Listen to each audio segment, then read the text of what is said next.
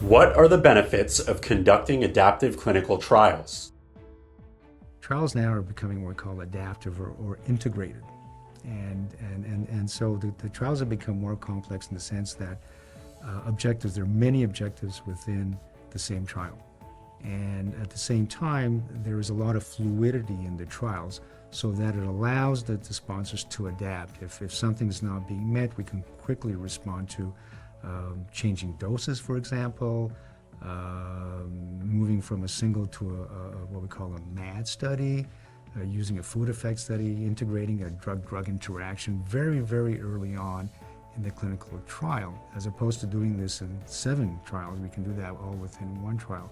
So it's integrated and adaptive in that sense. The advantages of these trials is one, we're able to run and complete trials, and assume whether a drug is efficacious or not earlier on, as opposed to taking years. We're able to shorten those timelines.